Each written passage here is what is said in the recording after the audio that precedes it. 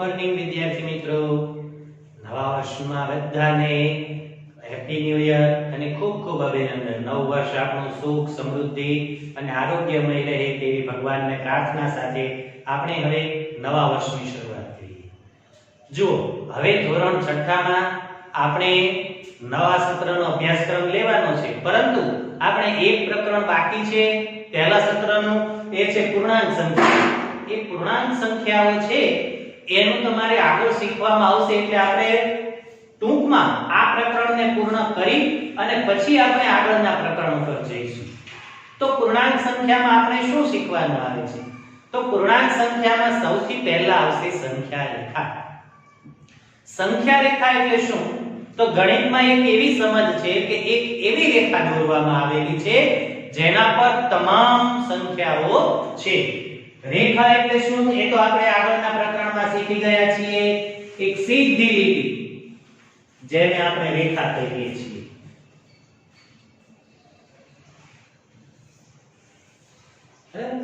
આ રેખા અનંત સુધી વિસ્તરેલી છે અને તેની અંદર તમામ સંખ્યાઓ આવેલી છે। આપણે શૂન્ય થી શરૂઆત કરી તો 0 1 2 3 4 5 પછી એમ લખતા લખતા 100 150 200 500 લાખ, દોઢ લાખ, કરોડ આપણે બોલી ન શકીએ એટલી બધી જ સંખ્યાઓ સંખ્યા રેખા પર છે। અને એ પાછી કેવી રીતે છે? ક્રમશઃ, આડી અવળી નહીં। જુઓ કેવી રીતે?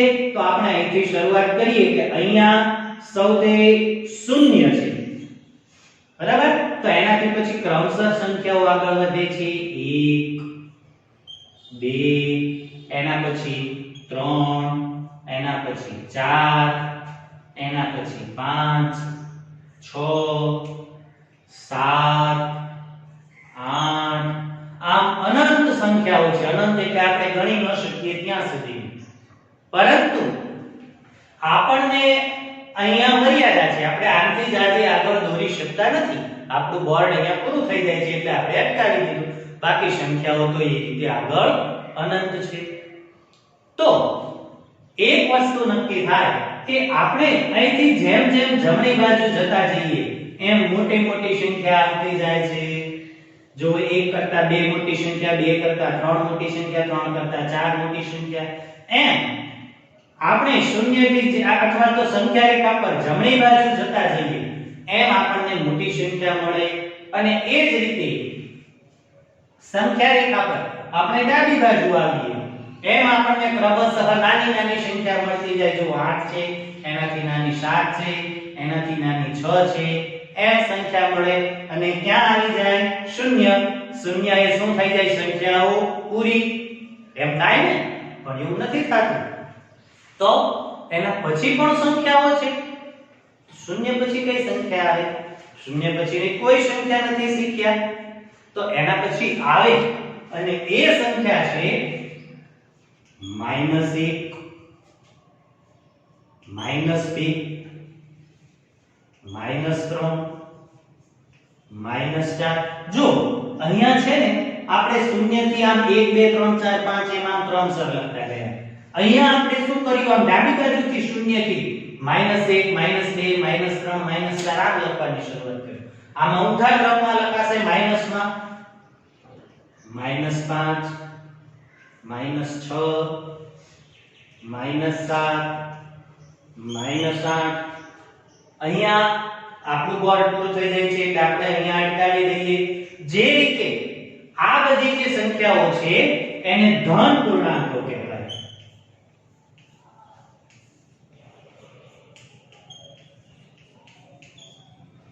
એ જ રીતે આ જે માઈનસ સંખ્યાઓ છે એને ઋણ પૂર્ણાંકો કહેવાય છે।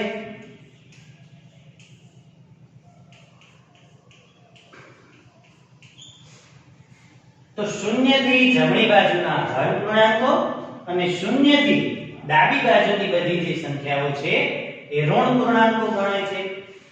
હવે આપણને એમ કહે કે સંખ્યા રેખા ઉપર કોઈ સંખ્યાનું નિરૂપણ કરો, એટલે કે એમ કહે કે સંખ્યા રેખા પર 6 બતાવો। તો જોઈએ આપણે કે સંખ્યા રેખા પર 6 ક્યાં છે? તો બે જગ્યાએ સંખ્યા રેખા પર 6 આવ્યા। અહીંયા 6 છે અને અહીંયા 6 છે। તો કઈ સંખ્યા બતાવીશું? તો આપણને માત્ર 6 કીધું છે એટલે અહીંયા જ આવશે, અહીંયા નહીં આવે. શા માટે? કારણ કે આ જે છે એ -6 એટલે કે ઋણ 6 છે. બરાબર? ઋણ 6 અને 6 એ બંનેમાં તફાવત છે. તો હવે એને બતાવવાનું કઈ રીતે સંખ્યા રેખા ઉપર? તો જે સંખ્યા છે એની આ જે સંખ્યા ઉપર અને રેખા ઉપર લીટી છે ત્યાં બિંદુ કરવાનું, એ પોઈન્ટ ઉપર 6 ઉપર, અને એના ફરતે નાનું એવું ગોળ કરવાનું. અહીંયા આપણે કહી શકીએ કે આ 6 છે. હવે તમને એમ કહે કે -2 બતાવો. જો અહીંયા 2 નહીં, તમને સ્પષ્ટ શબ્દોમાં કીધું કે -2 અથવા તો ઋણ 2. એટલા માટે આપણે જઈશું અહીંયા ઋણ 2, તો અહીંયા આપણે બતાવીશું માઈનસ.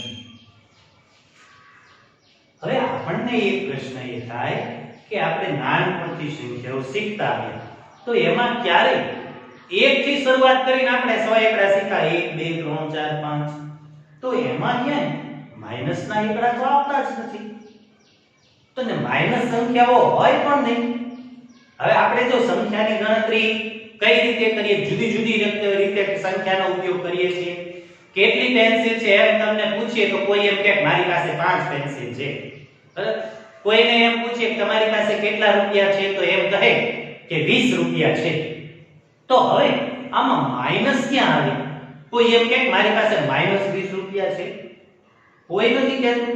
અને રૂપિયાની નોટ એટલે આપણે જો જુદી જુદી તમે રૂપિયાની નોટો જોઈ છે ને, 10 રૂપિયાની નોટ, 20 રૂપિયાની નોટ, 50 ની નોટ, 100 રૂપિયાની, 200 રૂપિયાની, 500 રૂપિયાની, 2000. આટલી નોટો આપણે જોઈ છે. પણ એ દરેક નોટો ઉપર 10 હોય તો 10 જ લખેલું છે, ક્યાંય -10 રૂપિયા એમ લખેલું નથી. 20 ની નોટ પર પણ ક્યાંય -20 એવું લખેલું નથી. તો પછી આ માઈનસ ક્યાંથી આવે છે? તો જો એના માટે આપણે એક ઉદાહરણ સમજીએ. તમને તમારી તબિયત બરોબર નથી, તમને તાવ કે એવું કંઈ આવતું હોય અને તમે શાળાએ નથી ગયા, અને તમે લગભગ 10 દિવસે તમને સારું થાય અને 10 દિવસ પછી તમે શાળાએ જાઓ છો. તમારા ખિસ્સામાં એ વખતે 20 રૂપિયા છે. કેટલા રૂપિયા છે? 20 રૂપિયા છે. હવે તમારે નિશાળે જાવ છો ત્યારે તમને ખબર પડે છે કે આગલા રવિવારે તો પ્રવાસ છે અને એના પૈસા ભરવાનો આજે છેલ્લો દિવસ છે. તો જે વિદ્યાર્થીને પ્રવાસમાં જવું હોય એમણે આજે પ્રવાસના પૈસા ભરી દેવાના છે, અને પ્રવાસની ફી છે 50 રૂપિયા. હવે તમારી પાસે કેટલા રૂપિયા છે?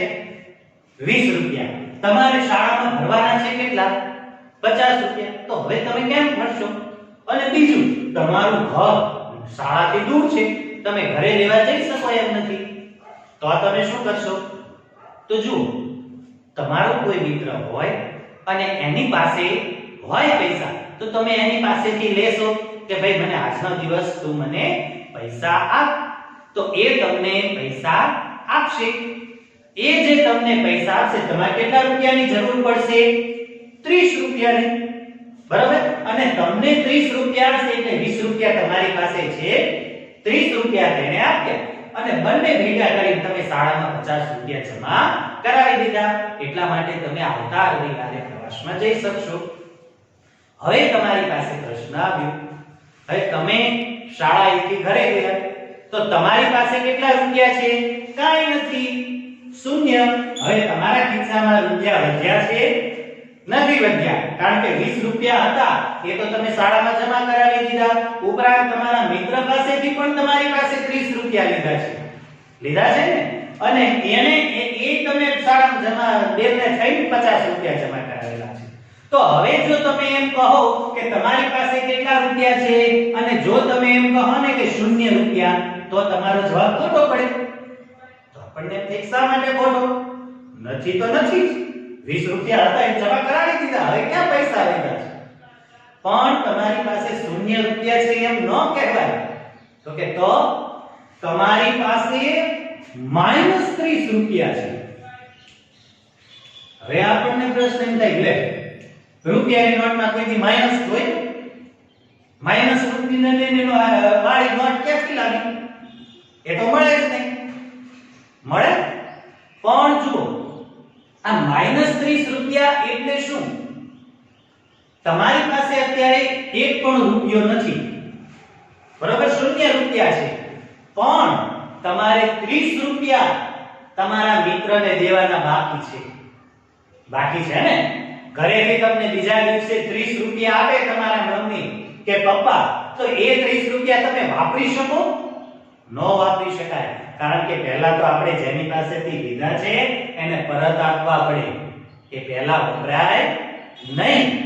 એટલે જો તમારી પાસે 30 રૂપિયા આવશે તો તમારી પાસે પણ 30 રૂપિયા થશે નહીં. જ્યારે બીજા દિવસે તમને તમારા મમ્મી 30 રૂપિયા આપશે તોય તમારી પાસે 0 રૂપિયા થશે. તો વળી પાછો તમને પ્રશ્ન કે ખીચામાં 30 રૂપિયા તોય 0 રૂપિયા કેમ? કારણ કે એ 30 રૂપિયા કોના છે? તમારા નથી. તમારા મમ્મીએ તમને તમારા મિત્રને આપવા માટે આપેલા છે, બરોબર? એટલે 0 કહેવાશે. અને જ્યારે તમારા ખિસ્સામાં એક પણ રૂપિયો નહોતો ત્યારે તમારી પાસે કેટલા રૂપિયા કહેવાય? -30. એટલે માઈનસની નોટની જરૂર નથી, પણ ક્યારેક આપણે કોઈ વસ્તુ કોઈને આપવાની બાકી હોય ત્યારે જે આપણે સંખ્યા બોલીએ છીએ એ સંખ્યાને આપણે ઋણ પૂર્ણાંક તરીકે ઓળખીએ છીએ. -30 રૂપિયા એટલે -3 ની નોટની જરૂર નથી, પણ એનો મતલબ એમ છે કે મારે એટલા પૈસા હજી ચૂકવવાના બાકી છે. તો વિદ્યાર્થી મિત્રો, આ રીતે આપણે માઈનસ એટલે કે ઋણ પૂર્ણાંકોની સમજ જોઈ. હવે એવી જ રીતે બીજું એક્ઝામ્પલ હજી જોઈએ. જો તમે ક્યારેક ફરવા ગયા હોય ને, તો પર્વતવાળા વિસ્તારો ઉપર તમે લખેલું હશે કે ઊંચાઈ 230 મીટર, અથવા તો ક્યાંક લખેલું બોર્ડ આવે કે ઊંચાઈ 780 મીટર. તો આપણને એમ થાય કે શેની ઊંચાઈ? અહીંયા તો રોડ દેખાય છે, આપણે ઊંચાઈ પર તો છીએ નહીં. પણ પૃથ્વીની બધી જ સપાટીની ઊંચાઈ છે એ દરિયાની સપાટીથી માપવામાં આવે છે. દરિયાની સપાટીથી જે વિસ્તાર જેટલો ઊંચો હોય તેટલી એની ઊંચાઈ કહેવાય છે, બરાબર? એટલા માટે ઘણી જગ્યાએ પર્વત પર ઊંચાઈવાળા વિસ્તારો પર જઈએ ત્યારે લખેલું હોય છે કે આટલા કિલોમીટર ઊંચાઈ છે, કે આટલા મીટર ઊંચાઈ છે. અને એવી જ રીતે દરિયાથી નીચે જઈએ તો એને ઊંડાઈ કહેવાય. હવે આ સંખ્યા રેખાની મદદથી આપણે દાખલાઓ પણ ગણી શકીએ છીએ. તો હવે આપણે જોવા છે સંખ્યા રેખા ઉપરથી દાખલા કઈ રીતે ગણી શકાય ને એની જાણકારી મેળવવી છે. તો હવે આપણે જોઈશું સંખ્યા રેખા પરથી દાખલા.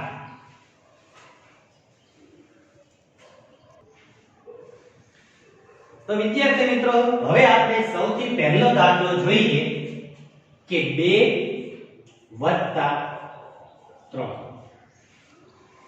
એટલે કે 2 ની અંદર 3 ઉમેરવાના છે. આપણને સીધો તો જવાબ આવી જાય, પણ આપણે કરવાનું છે સંખ્યા રેખાની મદદથી. માટે સૌથી પહેલા આપણે આ સંખ્યા રેખા દોરીશું. સંખ્યા રેખા આપણી પાસે દોરેલી છે. હવે આપણે શું કરીશું? તો જે પહેલી સંખ્યા હોય ને એ સંખ્યા ઉપર આપણે પહેલા પહોંચી જવાનું. એટલે પહેલી સંખ્યા છે 2, એટલે આપણે પહોંચી ગયા અહીંયા 2 પર. હવે એમાં શું કરવાનું છે? સરવાળો પ્લસ કેટલા? 3. 2 માં 3 ઉમેરવાના છે. તો આપણે સંખ્યા રેખા સમજતી વખતે શીખી ગયા કે સંખ્યા રેખાથી જેમ જેમ જમણી બાજુ જઈએ એમ મોટી સંખ્યા હોય એટલે સરવાળો કરવો હોય તો હંમેશા કઈ બાજુ ખસવાનું? જમણી બાજુ ખસવાનું. અને બાદબાકી કરવી હોય તો કઈ બાજુ ખસવાનું? ડાબી બાજુ. તો આપણે અહીંયા કરવાનું છે સરવાળો.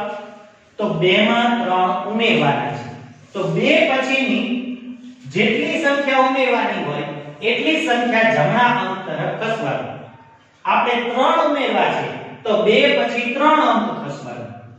આપણે 2 માં 5 ઉમેરવા હોય તો 2 પછી 5 અંક ખસવાનું. 2 માં 2 ઉમેરવા હોય તો 2 પછી 2 અંક ખસવાનું.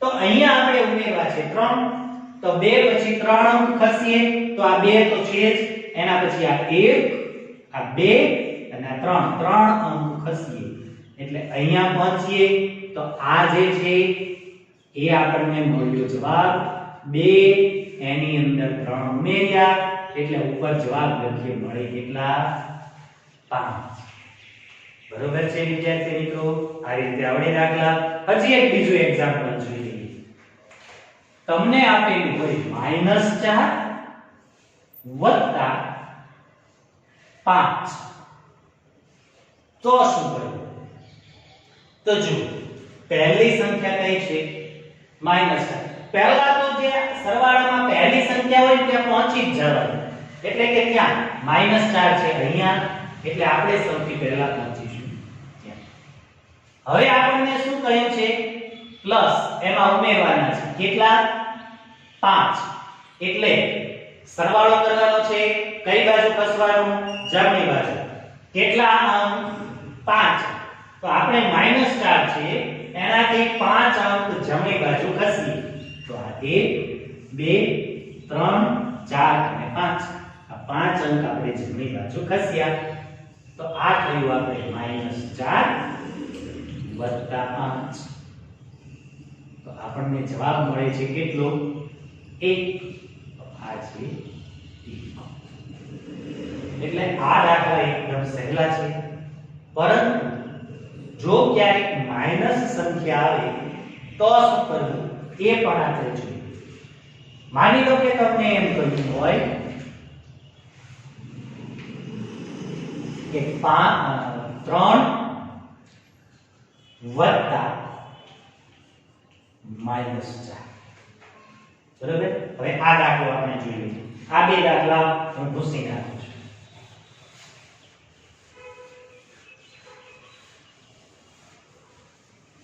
તો જુઓ વિદ્યાર્થી મિત્રો આપણે માઈનસની સમજ શીખી ગયા છે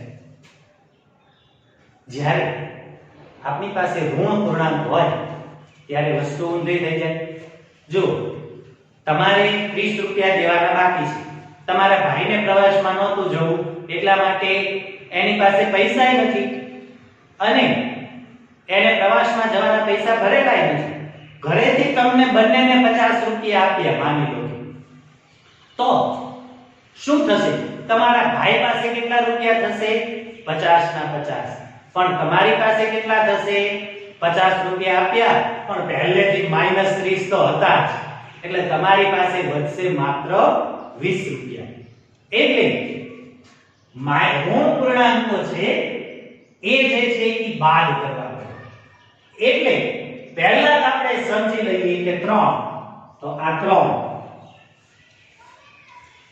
હવે સરવાળો કરવાનો છે એટલે કઈ બાજુ ખસવું પડે જમણી બાજુ પણ કેટલા અંક ખસવાનું છે -4 જો 4 અંક કીધું હોત +4 તો આપણે 4 અંક આ બાજુ ખસત પરંતુ જ્યારે ખસવાનો અંક ઋણ પૂર્ણાંક હોય ત્યારે ખાસ યાદ રાખજો જ્યારે તમારે ખસવાનો અંક ઋણ પૂર્ણાંક હોય ત્યારે તમારે સરવાળો હોય તો એ પણ વિરુદ્ધ ક્રિયા કરવાની એટલે કે જમણી બાજુના બદલે કેટલા કઈ બાજુ ખસવાનું ડાબી બાજુ બરાબર છે 3 છે ત્યાંથી 4 અંક જો પ્લસ કીધું હોત તો 4 અંક જમણી બાજુ ખસત પરંતુ આપણને કયા છે કેટલા -4 એટલા માટે આપણે ડાબી બાજુ 4 અંક ખસીશું એટલે ડાબી બાજુ ગણીએ તો આ 1 આ 2 આ 3 અને આ 4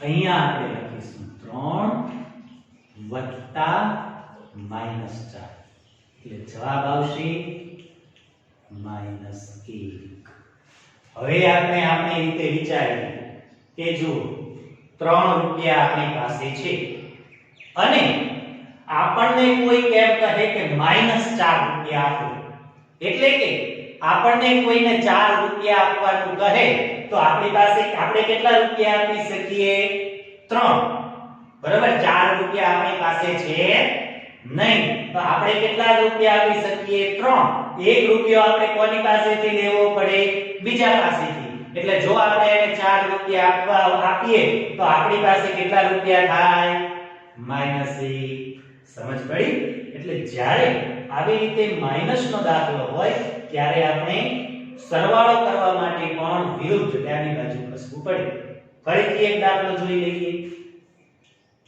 -2 વત્તા -3 તો સૌથી પહેલા -2 ઉપર પહોંચી જઈએ વત્તા કરવાના છે એટલે જમણી બાજુ ખસવાનું પરંતુ કેટલા અંક ખસવાનું છે -3 તો આ બાજુ ખસીએ તો પ્લસ અંક કહેવાય આપણે ડાબી બાજુ ખસવું પડશે કેટલા 3 ડાબી બાજુ ખસીએ એટલે 1 2 અને 3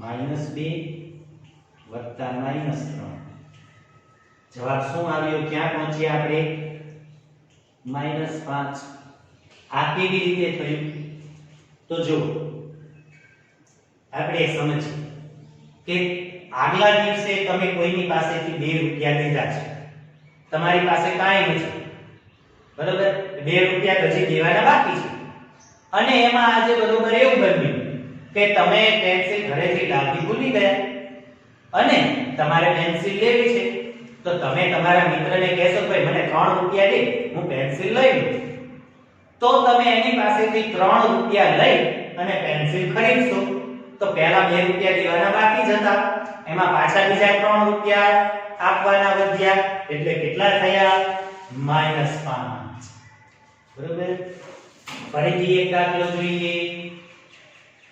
8 વત્તા -2 જો 8 કઈ જગ્યાએ છે અહીંયા ત્યાંથી કેટલા અંક આપણે ખસવાનું છે જમણી બાજુ પ્લસ એટલે પણ કેટલા અંક -2 તો -2 છે એટલે આપણે જમણી બાજુ ખસવાનું નહીં ડાબી બાજુ 1 અને 2 તો 8 એમાં -2 ઉમેરીએ એટલે આવશે જવાબ 6 બરાબર એટલે આ રીતે આપણે સરવાળા બાદબાકી સરવાળાના દાખલાઓ સંખ્યા રેખાની મદદથી ગણી શકીએ છીએ તો વિદ્યાર્થી મિત્રો તમારી સાથે બુક્સ ની અંદર 6.1 જે પૂર્ણાંક સંખ્યાઓ આપેલી છે એની અંદર પહેલો મહાવરો અને બીજા મહાવરાની અંદર પણ જે સરવાળાના દાખલાઓ છે એ તમે આવી રીતે ગણી શકશો એ હું ગણાવવાનો નથી એ તમારે જાતે ગણવાના અને આવતીકાલે આપણે